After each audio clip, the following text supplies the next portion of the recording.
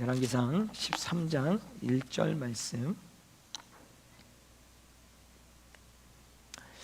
열왕기상 13장 1절 말씀, 우리 다 찾으셨으면 같이 한번 한 목소리를 읽도록 하겠습니다. 시작. 때에 하나님의 사람이 여호와의 말씀으로 인하여 유다에서부터 베들레에 이르니 마침 여로보암이 단 곁에 서서 분향하는지라. 아멘. 이렇게 이제 아내하고 대화를 하면서 이제 아까 시청각, 그러니까 TV에서 나오는 그 PD 수첩인가를 잠깐 이렇게 봤는데 이제 경찰, 검찰에 관련된 뭐 얘기가 이렇게 오가고 있었어요. 근데 어쨌든 경찰 한 분이 되게 억울하게 누명을 쓰신 거예요. 마약 사범이 거짓 진술을 하는 바람에 비리 경찰로서 이렇게 구속이 된 거였어요. 근데 대충 이제 정황을 들어보니까 이 검사가 계획 수사를 한 거더라고요. 보니까 이렇게 해서 억울하게 누명을 씌워서 집어 넣은 거예요. 그 당시가 한창 검경 수사권에 대해서 막 언론에서 떠들고 있을 때인데 그렇게 해서 경찰을 하나 보내버린 거죠. 근데 결국은 그 억울함이 풀어서 이렇게 나왔습니다. 그래서 그 얘기를 보면서 대화하는 가운데 이제 아내하고 저 검사 저렇게 한 사람 어떻게 해야 되느냐 이러면 제가 그랬어요. 저거 옷 벗어야지. 그 얘기를 했어요. 근데 옆에 이제 예아가 그 대화를 들었던 거예요. 그랬더니 예아가 얘기를 합니다. 엄마, 옷을 어디까지 벗어야 돼요? 팬티까지 벗어야 돼요.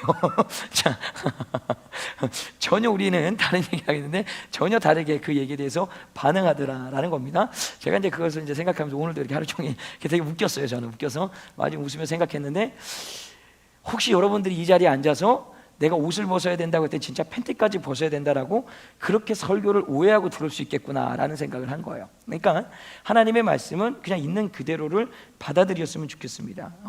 저는 모르겠어요. 표적 설교 이런 거 잘 하지 않습니다. 예전에도 한번 본당에 온 지 얼마 안 됐는데 제 어떤 그 신앙 안에서 기도원에 가는 거 잘못됐다라고 제가 얘기를 했어요. 근데 전혀 생각지도 못한 권사님 세 분이 저를 찾아오셔가지고 막 얼굴을 불그락불그락 하면서 새벽에 그것도 한 얘기인데, 목사님 우리가 기도원 가는 거 어떻게 알고 우리한테 그렇게 깠냐고 막 얘기를 하시는 거예요.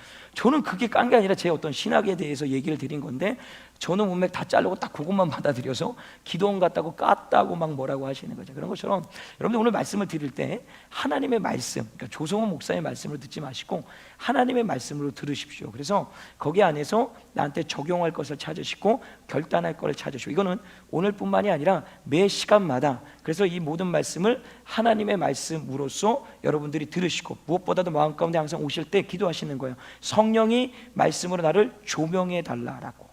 조성훈 목사가 조명해 주는 게 아니라 성령께서 여러분들을 조명해 주시면 정말 여기서 말도 안 되는 얘기를 해도 그 말도 안 되는 얘기 때문에 은혜가 돼서 삶이 변화될 수 있다라는 것입니다. 그렇게 오늘도 이 말씀을, 혹시 또 조성훈 목사 설교 준비 잘 안 해와가지고 초치고 들어가 이렇게 초를 이렇게 쳐놓고 들어가나? 자, 어쨌든 계속해서 열왕기상 13장 말씀을 좀 계속해서 보도록 하겠습니다. 우리 지난주에 말씀을 대충 얘기를 드리면, 솔로몬이 이제 잠들었죠. 그리고 그의 아들인 르호보암이 솔로몬에 의해서 이스라엘의 왕이 됩니다. 자, 왕이 된 이후에 가장 먼저 나타난 현상이 뭐냐면, 여로보암이라는 사람이 찾아와서 지금 솔로몬 때에 지어진 멍에 과도한 어떤 세금과 강제 노역으로 인하여서 백성들이 피폐해지고 고단한 그 삶을 벗어나기 위해서 그 멍에를 좀 벗겨달라라고 부탁을 합니다.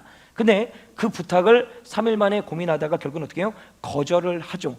거절함으로 인하여서 그 결론은 어떻게 나게 되냐면, 우리 열왕기상 12장 19절에 보면, 이에 이스라엘이 다윗의 집에 배반하여 오늘날까지 이르렀더라. 자, 무슨 얘기냐면, 르호보암은 이제 유다와 베냐민 지파의 왕이 되고요, 나머지 10지파의 왕은 여로보암이 됩니다. 그래서 그 결정과 동시에 나라는 분열돼서 남유다와 북이스라엘로 나눠져서 이제 그 삶을 살아가게 됩니다. 자, 그렇게 된 결론을 통해서 이제 오늘은 우리가 뭘 살펴볼 것이냐면, 이렇게 어쨌든 10지파의 왕이 된 여로보암, 그가 왕이 되어서 어떤 정책을 펼쳤는지, 또한 그것을 통하여서 어떤 결론에 이르게 됐는지를 오늘 12장 끝과 13절 초반을 통해서 그 말씀을 좀 나눠보도록 하겠습니다. 먼저 우리 12장 25절로 좀 눈을 돌려서요, 우리 열왕기상 12장 25절로 좀 눈을 돌려서 보겠습니다. 이 말씀의 기록을 보게 되면 한번 읽어볼까요? 시작.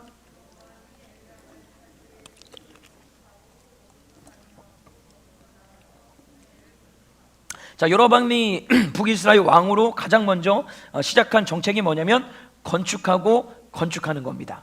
자, 이 얘기를 어디서 많이 듣지 않았습니까? 솔로몬 정권이 유지될 때 끊임없이 했던 게 뭐예요? 건축하고 건축했던 거예요.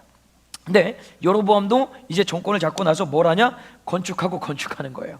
하나님은 여로보암을 선택하셨고 그가 북이스라엘 10지파의 왕이 될 수 있도록 세우신 분이 하나님입니다. 근데 그에게 그 나라를 맡기신 이유가 뭐냐면 솔로몬 시대를 통하여서 하나님 백성들에게 짊어진 그 멍에를 가볍게 해주고 그들에게 평안과 안식을 주게 하여서 여로보암을 선택해서 그에게 나라를 준 거예요. 그래서 그가 시작할 때 르호보암을 찾아가서 했던 얘기가 뭐예요? 우리의 멍에를 좀 가볍게 해달라.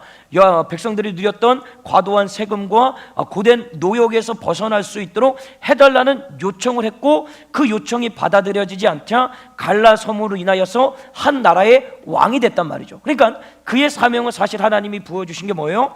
그 10지파의 백성들에게 평안한 삶과 안식을 주라라고 그에게 사명을 주셨는데 오히려 이가 건축하고 또 건축하더라는 거예요. 그러니까 솔로몬 밑에서 배운 게 뭐예요? 건축이죠. 그러니까 싫으면서 증오하면서도 그것을 보고 배운 거예요. 심리학 용어의 증오적 동일시라는 말이 있지 않습니까? 내가 싫어하고 저렇게는 하지 않겠다라고 하면서도 맨날 보고 들은 게 그거니까 어떻게 해요? 나중에 봤더니 내가 아내를 때리고 있어요. 그리고 내가 맞는 아내가 되어 있는 거예요. 때리는 남편, 맞는 아내가 되어 있는 거예요. 그런 것처럼 이 여로보암도 끊임없이 건축에 대하여서 이렇게 미워하고 싫어하고 증오했는데 보고 배운 게 그거니까 그가 정권을 잡자마자 하는 게 뭐예요? 건축하더라라는 것입니다. 자, 그런데 그렇게 건축하는 가정 가운데서 이 여로보암 마음 가운데 어떤 마음이 들게 되냐면 26절에 보게 되니까요, 그 마음에 스스로 이르기를 나라가 이제 다윗의 집으로 돌아가리로다. 자, 지금 이 얘기는 지금 현재 여로보암의 마음의 상태를 얘기를 하고 있습니다. 근데 이 마음을 유심히 보게 되면 어떤 마음을 갖고 있냐면 근심, 걱정, 두려움입니다. 그걸 뭐라고 표현하고 있냐면 다윗의 집으로 돌아간다라는 말이 있어요. 이게 무슨 얘기냐면 27절 말씀 우리 같이 한번 읽어볼까요? 12장 27절 시작. 만일 이 백성이 예루살렘에 있는 여호와의 전에 제사를 드리고자 하여 올라가면 이 백성의 마음이 유다왕 된 그 주 르호보암에게로 돌아가서 나를 죽이고 유다왕 르호보암에게로 돌아가리로다 하고. 자, 이게 무슨 얘기냐면 이런 얘기입니다. 어쨌든 이스라엘 백성들이 종교적인 타락에 놓여져 있지만 그래도 하나님을 섬기는 것에 대해서는 이들이 열심은 있습니다. 그래서 성전의 중심의 삶으로 그들이 살아가요. 그런데 문제가 뭐냐면 지금 나라가 갈라져서 딱 보니까 하나님을 섬겨야 되는 성전이 어디 있냐면 남유다 예루살렘 성전이 남쪽 유다 지방에 있는 거예요. 그러면 이 북이스라엘 사람들이 되면 월삭 수많은 절기들 어떤 제사를 드려야 되는 일이 있으면 끊임없이 저 예루살렘으로 올라가야 되는 거예요. 그러면 여로보암 입장에서 어떤 마음이 드냐면 사실 여로보암은 이스라엘 온 민족이 인정하는 정통성이 있는 왕이 아닙니다. 정통성 있는 왕이 누구예요? 솔로몬의 아들인 르호보암이라는 거죠. 그래서 끊임없이 남유다로 오가다 보면은 결국에는 정통성 있는 르호보암에게 마음이 뺏겨서 우리 북이스라엘을 세웠지만 이 나라를 무너뜨리고 오히려 나를 죽이게 되지 않을까라고 하는 걱정과 근심, 두려움에 빠져 있었다라는 겁니다. 그럼 여기서 하나의 질문이에요. 자, 여로보암이 굳이 이렇게 나라를 세우고 나서 두려워하고 근심하고 걱정할 필요가 있겠습니까? 사실 전혀 근심, 걱정, 두려워할 필요가 없습니다. 왜냐하면 이가 왕이 되고 싶어서 왕이 된 게 아니에요. 어느 날 길을 걸어가고 있는데 아이야라는 선지자가 갑자기 앞에 나타나가지고 자기 옷을 벗더니 12조각으로 찢어갖고 10조각을 딱 던져주면서 야, 이게 하나님의 뜻이다. 네가 10지파의 나라를 다스리게 될 것이다 라고 얘기를 한 거예요. 그러니까 자기는 왕이 되고자 애써 본 적이 없어요. 그런데 하나님의 뜻에 따라서 왕으로 부름을 받고 왕으로 세움을 받았단 말이에요. 그러면 그 왕을 세운 분이 누구예요? 전능하신 하나님이라는 거예요. 그러면 그 전능하신 하나님이 앞으로도 그 나라를 세웠기 때문에 나를 택해줬기 때문에 그분이 나를 이끌어 가실 것이고 또 그분이 이 나라의 통치, 다시 말하면 하나님의 나라 이스라엘, 하나님의 백성 이스라엘 백성을 하나님께서 이끌어 가실 거라는 거예요. 그런데 그에게 찾아온 게 뭐예요? 두려움, 근심, 걱정이라는 겁니다.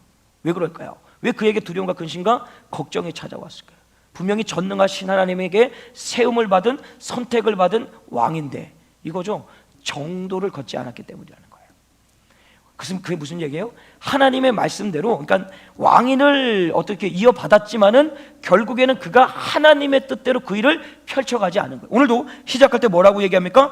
건축에 매진한 거예요. 솔로몬 때 하나님께서 그렇게 싫어하셨던 건축을 그가 오히려 더 열심을 다하여서 뭐예요? 건축하고 있는 거예요. 그러니까 하나님의 말씀에 전혀 반하는 일을 그가 보이기 시작하니까 그 마음 가운데 찾아오는 게 뭐예요? 두려움, 근심과 걱정이다라는 겁니다. 우리도 동일합니다.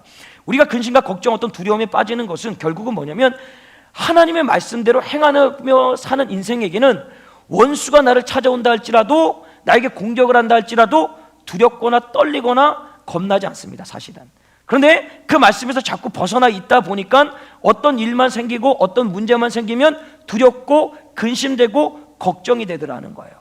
자, 이것을 대표적으로 아주 잘 설명해 주는 성경의 인물 두 사람이 있지 않습니까? 그게 누구예요? 다윗과 사울입니다. 자, 사울은 왕궁에서 호위병들에 둘러싸여 갖고 살았어요. 누가 감히 사울을 건드릴 수가 없습니다. 그럼에도 불구하고 그의 평생의 삶은 두려움, 근심, 걱정, 심지어는 정신적인 문제까지도 그에게 찾아와 가지고 매일같이 괴로운 나날을 보내다가 결국에는 그 삶이 어떻게 마무리됩니까? 생을 스스로 마감시킵니다. 사살로서 생을 마감하더라는 거예요. 수많은 병사들이, 수천 명의 젊은 청년들이 그를 둘러치고 있는데도 불구하고 두려움과 근심과 걱정 속에 매일같이 보내. 왜요? 하나님의 말씀대로 살지 않았기 때문인 거예요. 그 뜻대로 행하지 않고 끊임없이 자신의 소견이 옳은 대로, 자기의 뜻대로, 자기가 하고 싶은 대로 해왔기 때문에 그에게 찾아온 건 두려움과 근심과 걱정이에요. 반면에 10년이라는 세월 동안에 넘게 도망자, 수배자로서 살아가는 다윗은요, 오히려 왕궁에서 살고 있는 사울보다 평안합니다. 왜 평안할까요? 하나의 예지만 모든 것들이 적용이 되는, 그 중에 한 예가 뭐예요? 사울왕을 죽일 수 있는 절호의 기회가 두 번이 찾아옵니다. 그냥 칼로 가서 베고 죽이면 모든 도망자의 삶으로부터 벗어납니다. 그런데 그렇게 하려고 하니, 그렇게 할 생각도 없었죠. 왜요? 그것이 하나님의 뜻이 아니었기 때문이라는 거예요. 10년의 도피 생활을 해도 매일 삶 가운데 그가 행했던 건 뭐예요? 끊임없이 하나님의 말씀을 물은 거예요. 하나님의 뜻을 물은 거예요. 그 뜻에 순종하면서 사니 뭐가 찾아온 거예요? 두려움과 근심과 걱정이 아니라 주님이 주시는 평안, 기쁨, 안식이 그에게 찾아와서 10년이라는 세월을 보낼 수가 있었더라는. 그런데 다윗이 언제 무너졌습니까? 가장 평안할 때, 낮잠 자다가 악한 것이 틈타서 음욕이 부릴 듯이 일어나서 범죄할 때, 그때로부터 어떻게 됩니까? 두렵고 떨리게 됩니다. 거예요. 뭐예요? 하나님의 뜻에 반하는 일을 하니까 두렵고 떨리는 마음들이 그에게 찾아왔다라는 것입니다. 어쨌든 여러분, 우리 인생에 어떤 문제를 만날 수 있죠. 그 문제를 만날 때 내 지혜와 내 능력과 내가 하고자 하는 어떤 평안으로서 그 문제를 해결하는 게 빠르겠습니까? 아니면 전능하신 하나님의 평안으로, 해결의 은혜로 해결하는 게 빠르겠습니까? 당연히 후자죠. 우리가 아무리 애를 써봐도 하나님을 넘어설 수가 없습니다. 전능자를 이길 수가 없어요. 왜? 우리는 그 전능자가 만드신 피조물이기 때문에. 그러니 우리는 끊임없이 그 전능자 하나님의 말씀을 이 땅에서 실현하고 재현함으로 인하여서 주님이 주시는 평안함과 해결의 은혜를 누리면서 살아가야 된다라는 것입니다. 어쨌든 이제는 이 여로보암이 그 두려움과 근심과 걱정을 해소하기 위하여서 하나님 앞에 나가 엎드려 기도하는 것이 아니라 나름대로 무리수의 계획을 세웁니다. 그 계획이 뭐냐면 28절에 보니까요, 이 계획하고 두 금송아지를 만들고 무리에게 말하기를 너희가 다시는 예루살렘에 올라갈 것이 없도다. 자, 예루살렘 성전에 올라가는 것을 원천 봉쇄하기 위해서 자신이 가지고 있는 어떤 무력, 힘으로서 누르는 것이 아니라 그 이스라엘 백성들의 종교심을 건드립니다. 그래서 예루살렘 성전까지 굳이 가지 않아도 될 수 있는 명분을 그들에게 제시해 줍니다. 그게 뭐예요? 금송아지입니다. 계속해서 말씀을 보게 되면 이스라엘아, 이는 너희를 애굽 땅에서 인도하여 올린 너희 신이라 하고, 지금 두 금송아지를 세워놓고 뭐라고 얘기해요? 여호와 하나님이다 라고 얘기합니다. 자, 이거 어디서 많이 보셨죠? 우리 어디죠? 출애굽기죠. 출애굽기 35장, 34장, 35장에 보게 되면 금송아지 섬기는 이스라엘 백성들이 하죠. 모세가 시내산에서 율법을 받고 있을 때 이스라엘 백성들은 밑에서 아론의 주도로 모든 금붙이를 모아가지고 금송아지를 만들고 이것이 여호와 하나님이다 라고 하면서 그 앞에서 뛰며 마시며 먹고 놀아버립니다. 그 일을 통하여서 어떤 일이 생깁니까? 그 당일 하루에만 3,000명이 칼에 맞아 죽습니다. 그 모든 일들이 과거에 있었던 일이에요. 근데 그 과거의를 그대로 가지고 와서 여로보암이 지금 그것을 이어가고 있는 거예요. 참 희한한 게, 아니 인간이 약한 게 뭐냐면 분명히 과거에 이 건축을 통하여서 솔로몬의 정부가 무너진 것도 알고요. 더 나아가서는 거슬러 올라가서 이스라엘 공동체가 시내산 밑에서 금송아지를 만들고 그 당일에 3,000명이 죽었다는 그 사실까지도 알고 있는데도 불구하고 이 여로보암이 하는 행위는 뭐냐면 그 하나님 앞에 범죄한 것을 가지고 그대로 답습하여서 이스라엘 공동체에 심어넣는 거예요. 그러니까 이 지도자 한 사람이 누구냐에 따라서 나라의 흥망성쇠가 결정이 된다는 거예요. 여러분 끊임없이 기도하셔야 됩니다. 내년 3월 달에 있을 대선을 위해서 끊임없이 기도하세요. 여야에 후보가 정말 마땅한 사람이 없다? 그냥 기도하셔갖고 그 중에 한 사람이라도 그냥 예수에 미친 사람으로 중간에 변화될 수 있잖아요. 하나님이 역사하시면. 그렇게 해서 누구든지 윤이든 이든 누구든지 아무튼지 간에 그런 거 따지지 마시고 기도하십시오. 여야 나누지 마시고 기도하십시오. 그래서 하나님의 합한 정말 귀한 사람이 세워져서 우리의 인생길에 꽃이 필 수 있도록 아니 지금도 뭐 꽃이 피는 있습니다. 주님이 주시는 꽃이. 어쨌든 그런 마음으로 가야 되는데, 어쨌든 끊임없이 이 나라를 패망의 길로 이끌어가는 그 짓을 그가 보여주고 있다라는 겁니다. 그러면서 이제 두 금송아지를 만들어서 29절에 보니까요, 하나는 베델에 두고 하나는 단에 둔지라, 두 개의 장소에 둡니다. 베델에 두고 단에 둡니다. 이 단 같은 경우는 남유다를 넘어가는 경계 지역이에요. 그 경계 지역에 딱 앞서 놓고 거기다가 금송아지를 배치해 둔과 동시에 굳이 저까지 넘어가지 않을 수 있도록 만드는 거예요. 자, 그런데 놀라운 것은 이 이스라엘 공동체가 그 이야기를 듣고 그 금송아지를 섬기기 시작을 합니다. 그러니까 여로보암의 얘기를 듣고 그냥 그대로 넘어가요. 그 희한해요. 물론 왕이 어떤 무력으로 누를 수 있다라고 하지만 무력으로 누른다고 해서 이게 갑작스럽게 이루어지는 게 아니에요. 종교는 무력으로 눌러지는 게 아니죠. 그 안에 신앙심이라는 게 있기 때문에 자기들이 스스로 판단하고 결정할 수 있다라는 거예요. 근데 사실은 이것이 갑작스럽게 이루어진 것이 아니라, 보세요, 여로보암이 어디에 망명했다가 돌아왔습니까? 애굽에 있다가 돌아왔죠. 그리고 솔로몬의 정부가 실패의 길을 걷는 최초의 사건이 뭐였습니까? 애굽 공주하고 혼인함으로 인하여서 종교 혼합주의에 빠지게 된 거예요. 그 무슨 얘기냐? 애굽에는 수많은 잡신들을 섬긴단 말이죠. 그 문화가 그대로 이스라엘 안에 들어와서 이미 솔로몬 때부터 종교 혼합주의에 빠져서 그냥 물도 하나님이고 마이크도 하나님이고 이 마스크도 하나님인 거예요. 그냥 세워놓고 하나님이라고 하면 저것이 우리 여호와 하나님이다. 뛰며 놀며 마시면서 섬기는 거. 왜? 인간은요, 보이지 않는 하나님보다 가시적인 눈에 보이는 하나님을 원하기 때문인 거예요. 그러니까 쉽사리 금송아지 2개 만들어 놓고 이것이 하나님이다 라고 하니까 이미 분별력을 상실한 이스라엘 백성들은 와, 맞다, 금송아지가 하나님이구나, 역시 눈에 보이는 하나님이 최고지 하면서 그것을 섬기기 시작했다라는 겁니다. 더 나아가서 이 모든 일에 대하여서 하나님은 뭐라고 단정을 지으시냐면 30절에 보니까 이 일이 제가 되었으니. 자, 하나님은 정확히 얘기를 하십니다.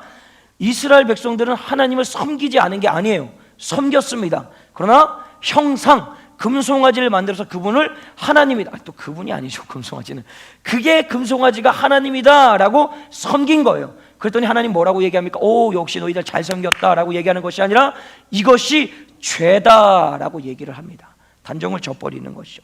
그리고 나서 그 죄가 계속해서 어떻게 이어집니까? 이는 백성들이 단까지 가서 그 하나에게 숭배함이더라. 자, 이게 무슨 얘기입니까?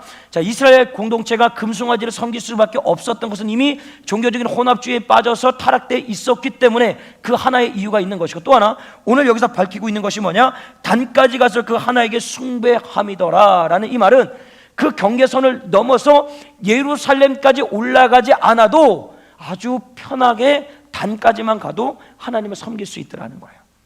그러니까 정확하게 말하면 오늘날로 얘기는 이런 거죠. 인본주의죠. 실용주의, 편리주의로 여로보암이 그들의 신앙심을 건드려서 정확하게 야훼 하나님을 섬겨야 되는 그들의 신앙을 어떻게 해요? 파괴시켜버린 겁니다.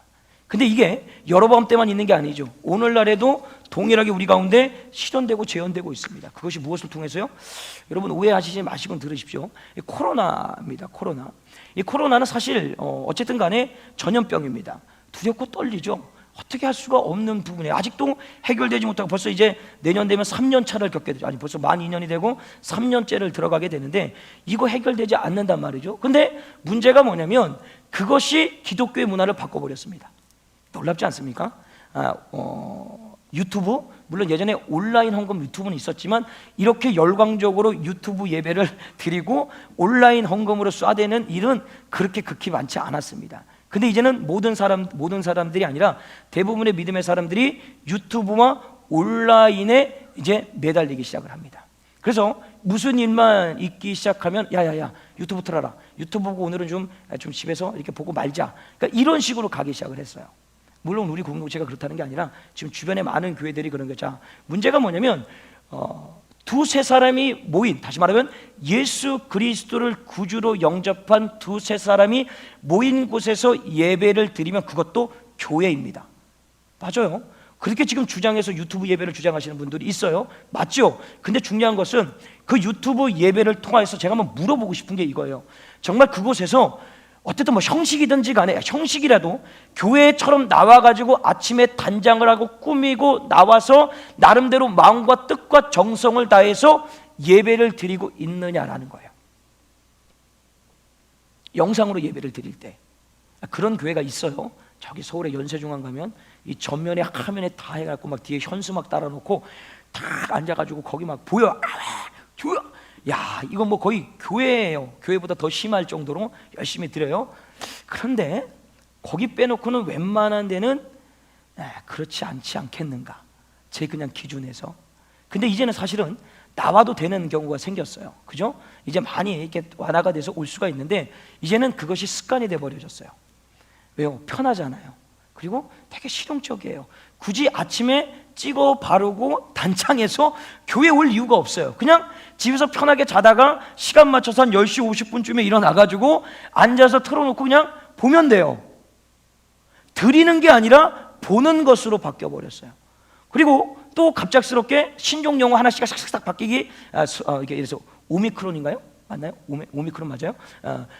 새로운 신종 용어만 딱딱딱 나오면 벌써 움츠러들기 시작해요. 야야야야야, 이번 주에 가지 말자. 쉬자. 새로운 용어가 나왔다. 우리에게 문제가 생길 수 있다라고 얘기를 합니다. 자, 그러면서 우리에게 어떤 현상이 일어나기 시작을 했나면, 연세 드신 분들은 항상 그런 얘기를 하시죠. 목사님, 우리 아들내미, 우리 딸내미가 절대로 교회 가지 말래요. 이 코로나 끝나고 가래요. 그래서 못 나가요. 이렇게 얘기를 하세요. 젊은 사람들은 이렇게 얘기합니다. 목사님, 직장에서 좀 나가는 것을 좀 그만하라고 얘기를 하네요. 더 나아가서는 목사님, 주변에서 제가 교회 가는 것 때문에 눈치 보여서 못 견디겠어요. 그래서 그냥 집에서 예배 드릴게요. 자, 어떤 현상이 됐냐면 하나님의 말씀보다 사람의 소리가 우선순위가 돼버렸어요. 이런 걸 느끼시나요? 지금 우리 사회가 그렇게 살아가고 있어요. 아니, 우리 믿음의 사람들이 이제는 정경, 다시 말하면 전능하신 하나님의 말씀보다는 세상의 사람들, 내 주변의 사람들, 가족의 소리가 나를 진리로 이끌어가는 것처럼 그 말에 너무 빠르게 순종을 하더라는 거예요. 완전히 변화돼 버렸어요. 아니, 사실 변화가 아니라 변질돼 버린 거죠. 그래서 저는 오늘 이 말씀을 묵상하면서 베델을 유튜브라고 단을 온라인 헌금이라고 이렇게 정해봤어요. 그게 제 스스로가.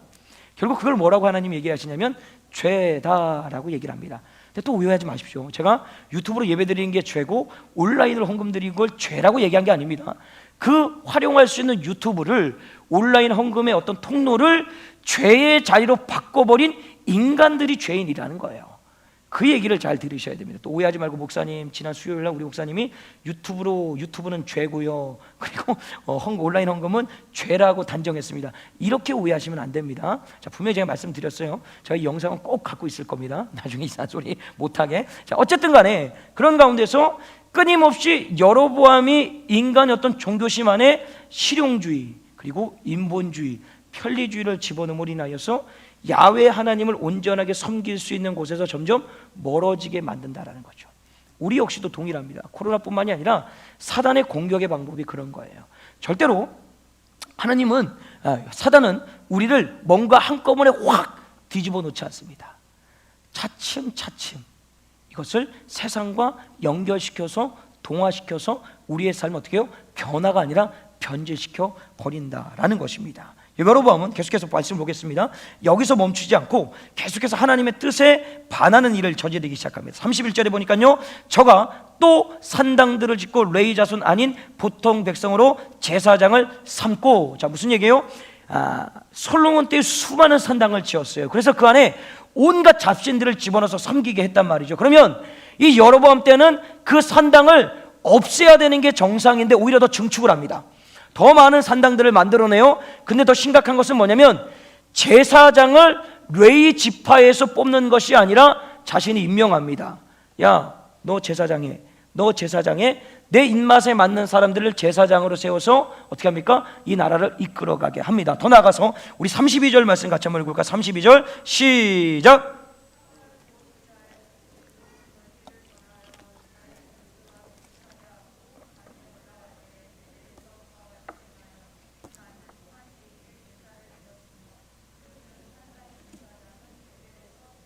저가 자기 마음대로 정한 달 곧 8월 15일에 이스라엘 자손을 위하여 절기를 정하고 베델에 쌓은 단을 올라가서 분향하였더라. 자, 이게 무슨 얘기냐면 이제는요, 이 왕이 뭘 지금 하고 있냐면 하나님께서 정하신 월삭의 날과 절기의 날을 자기 임의대로 바꿔버립니다. 바꿔버려서 이 백성들이 편리하게, 그러니까 예루살렘 성전에 굳이 가지 않을 수 있도록 그것을 다 조정해 버리는 거예요. 그래서 자기 마음대로 예배를 인도하고 만들어 가버립니다. 자, 근데 여기서 중요한 게 뭐냐면 32절 말씀에 보게 되면 유다의 절기와 비슷하게 하고라고 얘기를 합니다.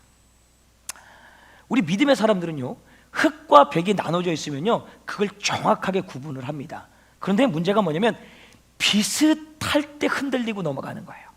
그래서 이단도 보면, 이단이라고 하기는 아니죠. 그 통일교는 이제 이단이 아니라 다른 종교라고 얘기를 하죠. 그러니까 통일교에 넘어가는 믿음의 사람들은 거의 없습니다. 왜? 완전히 다른 종교이기 때문에, 다른 정경을 쓰기 때문에 우리하고 다르기 때문에 넘어지지 않아요. 그런데 문제가 뭐냐면 신천지, 안상홍, 증인회, 이 사람들은 우리와 똑같이 성경을 써요.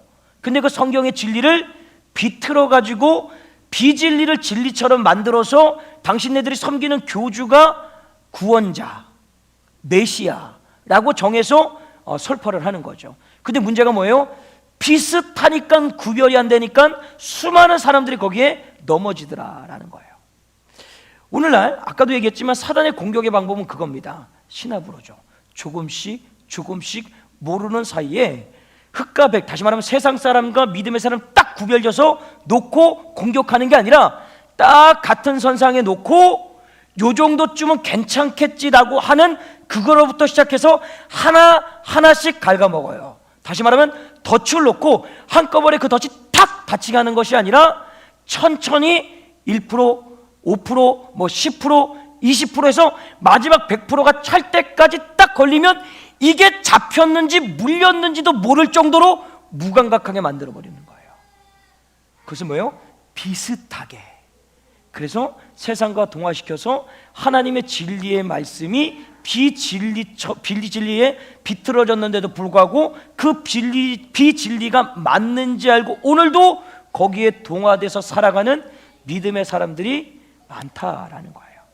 그것을 오늘 이 말씀 속에 어떻게 밝혀주고 있는 겁니다. 자, 이제 이 모든 것에 대하여서 하나님이 여로보암에 대해 심판을 하십니다. 그것이 오늘 13장의 내용입니다. 1절에 보니까 우리가 읽었던 때에 하나님의 사람이 여호와의 말씀으로 인하여 유다에서부터 베델에 이르니 마침 여로보암이 단 곁에 서서 분향하는지라. 자, 이름을 알 수 없는 하나님의 사람, 선지자가 하나님의 말씀을 듣고 일어나 여로보암을 찾아옵니다. 그리고 여로보암에게 하나님의 말씀을 전하는데, 자, 지금 여로보암이 뭘 하고 있습니까? 제단에서 예배를 드리고 있어요. 근데 사실 이 제사를 누가 지내야 됩니까? 제사장이. 근데 이 왕이 이제는 제사까지 자기가 다 지내버립니다. 뭐예요? 완전한 타락의 그게 달에 있다라는 것을 이야기하고 있는 거죠. 그러면서 하나님의 사람이 여로보암에게 얘기합니다. 자, 2절 말씀 같이 한번 읽어볼까요? 2절 말씀 시작.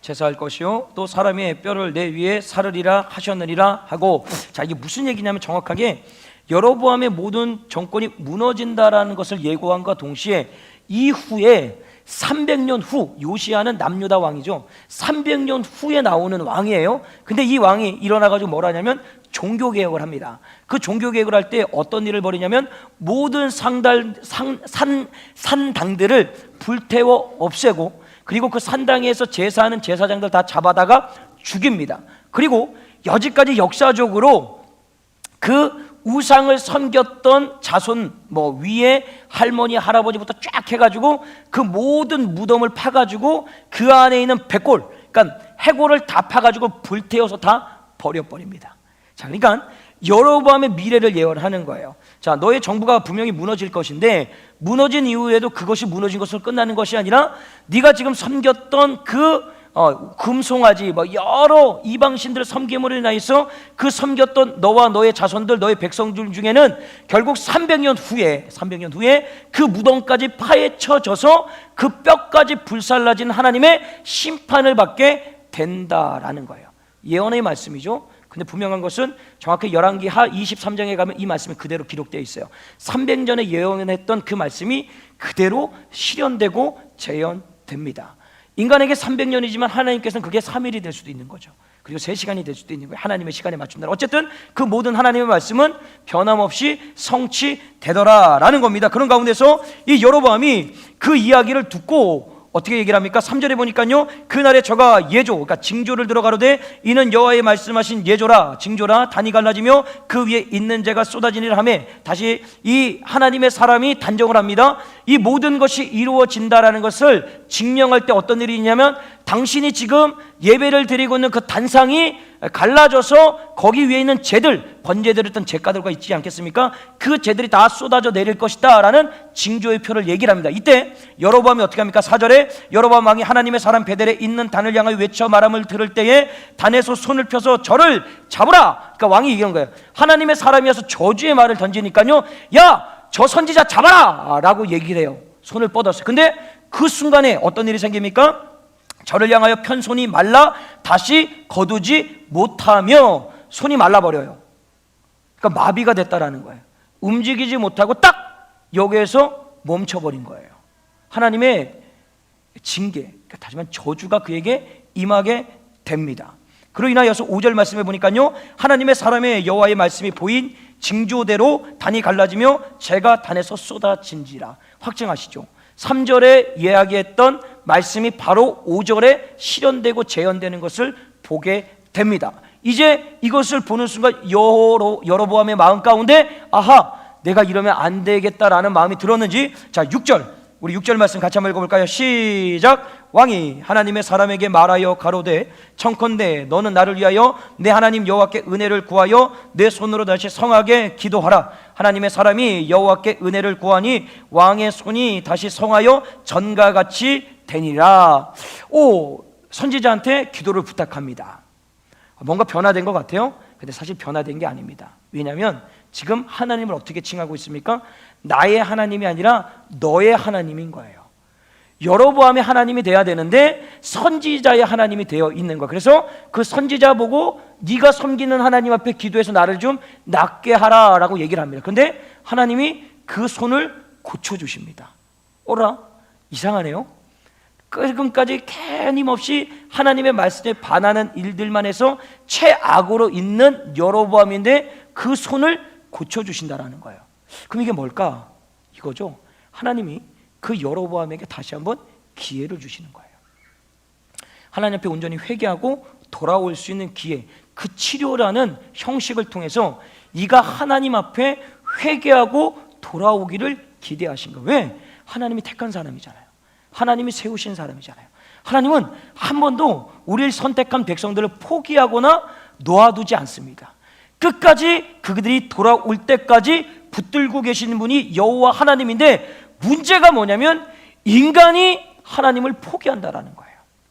결국 그래서 여로보암의 삶이 어떻게 마무리됩니까? 우리 마지막 33절, 34절로 쭉 넘어가게 되면 13장 33절 34절 말씀을 보게 되면 여로보암이 이 일 후에도 그 악한 길에서 떠나 돌이키지 아니하고 다시 보통 백성으로 산당의 제사장을 삼되 누구든지 자원하면 그 사람으로 산당의 제사장을 삼았으니 이 일이 여로보암의 집에 죄가 되어 그 집이 지면에서 끊어져 멸망케 되니라.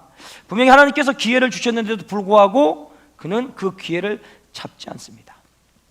그래서 여지없이 오늘도 내가 하고 싶은 대로 하나님의 말씀에 반하는 일들을 저지름으로 인하여서 결국에는 그에게 심판이 임하여서 모든 대가 끊기고 이후에 300년 후에는 그 무덤까지 파헤쳐져서 그의 해골조차도 이 땅에 남기지 않도록 하나님께서 모든 것들을 어때요? 완전히 없애버리십니다.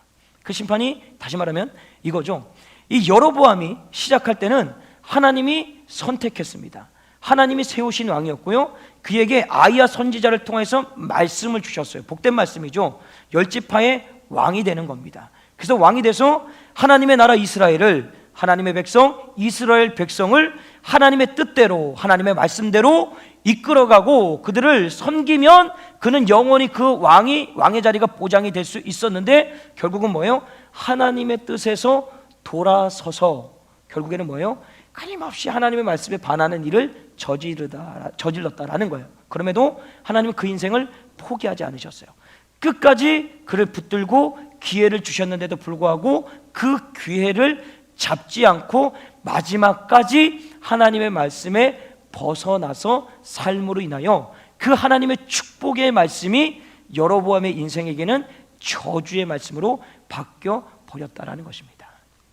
오늘 이 말씀을 통해서 하나님은 우리 믿음의 사람들에게 바라시는 게 뭐냐면 그냥 이 땅에 사는 동안에 오롯이 하나님의 뜻대로 행하며 살기를 원하세요.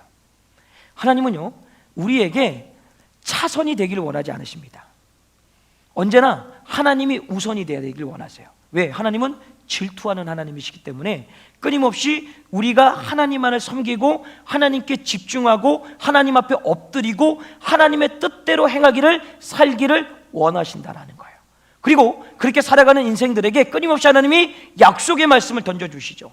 그 약속의 말씀은 그냥 이야기 속에서 나오는 약속의 말씀이 아니라 오늘도 하나님께서 하시고자 하시면 하나님의 때에 우리의 삶 가운데 보여지고 실현되고 재현되는 말씀이 된다라는 것이에요. 근데 문제는 뭐예요? 그 뜻대로 행하지 못함으로 인하여서 그 수많은 복된 말씀이 때로는 나에게 저주의 말씀으로 다가올 때가 있다라는 것입니다. 그래서 오늘 다시 한번 이 말씀을 통해서 우리에게 하나님께서는 끊임없이 하나님의 뜻대로 살기를 원하시는 그 마음이 우리 안에 들어와야 돼요. 그래서 끊임없이 하나님의 말씀대로 행하고자 몸부림치며 살아갈 때, 자, 여러분의 인식 가운데 항상 이것을 잊지 마십시오. 오늘도 내게 생명을 주신 것이 하나님이 오늘의 삶 가운데 내게 기회를 주셨다라는 것을 잊지 마십시오. 왜냐하면 어떤 이에게는요, 내일이 없습니다. 오늘이 마지막일 수 있다라는 거예요. 이것 때문에 또 야, 오늘 마지막이냐 이러시면 안 되고, 그 얘기를 하려는 게 아니라 정말 내가 하나님의 뜻대로 이 땅에서 온전하게 몸부림치며 살기 위하여서는 오늘도 내가 하나님의 뜻대로 살지 못함으로 인하여서 내일 내가 눈을 떴다라면 그 오늘이 하나님이 주신 기회의 날이라는 거예요. 그럼 그 기회의 날에 한 번밖에, 아니 딱 하루 눈 뜨면 12시간 남아있는 거 아니겠습니까? 12시간 남아있는 인생이라고 끊임없이 하나님 앞에서 뭘로 살아가야 돼요? 시한부 같은 신앙생활을 살아가는 거예요. 이게 조금 말이 좀 이상하지만 아니에요. 그렇게 사는 거예요. 왜? 내일이 없기 때문에. 그래야지만 오늘도 내가 하나님의 말씀대로 행하며 살아갈 수 있는 거예요. 근데 왜 그렇게 살지 못해요? 내일이 있다라고 생각을 하는 거예요. 내일이 또 오고 그 다음에 또 오고 내가 지금까지 살아왔으니까 그만큼 산다고 또 살 기회가 있다라고 생각하니까 자꾸만 여기서 벗어나지 못하고 몸은 머뭇거리고 세상과 타협하면서 사는 거예요. 그런데 당장이라도 내일이 없다라고 생각하면 여러분 오늘 어떻게 하시겠습니까? 온 몸을 하나님 앞에 드리면서 회개하고 부르짖으며 기도하며 살지 않겠습니까? 나 구원해달라고. 그런데 왜 그렇게 살지 못해요? 자꾸 내일이 있다라고 생각을 하는 거예요. 기회는 분명히 주시지만 항상 우리 인식 가운데 뭐가 있어야 돼요? 내일은 없다.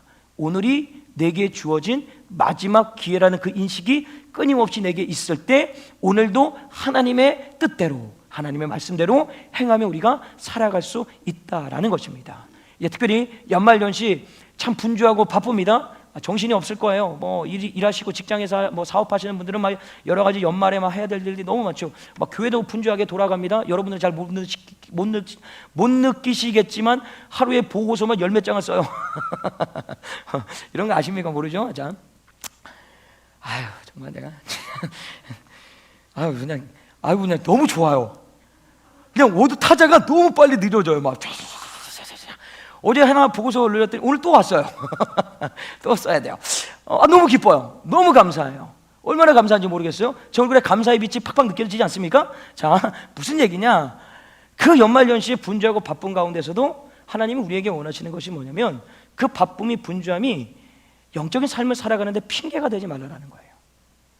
우리에게 내일이 없다라고 하면 오늘도 그 분주함과 바쁨 속에서도, 아니 육신의 피곤함 속에서도 내가 새벽을 깨우고요, 하나님 앞에 기도하고요, 내 손에서 놓쳐져 있는 그 말씀을 붙드는 거예요. 그리고 더 예배 자리를 사모하면서 내 영적인 삶을 유지해서 가는 거예요. 그래서 바라고 하는 것은 오늘도 이 말씀 앞에서 우리에게 매일같이 주어진 그 기회라는 그 시간 앞에서 여러분의 삶을 하나님 앞에 온전히 드리기를 소망함과 동시에 나가서 바쁜 이 연말연시에 여러분의 손에서 하나님의 말씀이 떠나가지 마십시오. 여러분의 입술에서 하나님을 향한 기도의 소리가 끊기지 마십시오. 여러분의 섬기는 제단에서 그 예배 자리에서 멀어지지 마십시오. 오히려 그 바쁨과 분주함 속을 뚫고 하나님 앞에 나와 기도하고 말씀을 보며 예배를 드리는 그 영적인 생명력을 끊임없이 이끌어 가시는 복된 인생들 되시길 주님으로 간절히 축원합니다. 우리 같이 한번 말씀을 생각하시면서 같이 한번 우리 찬양하고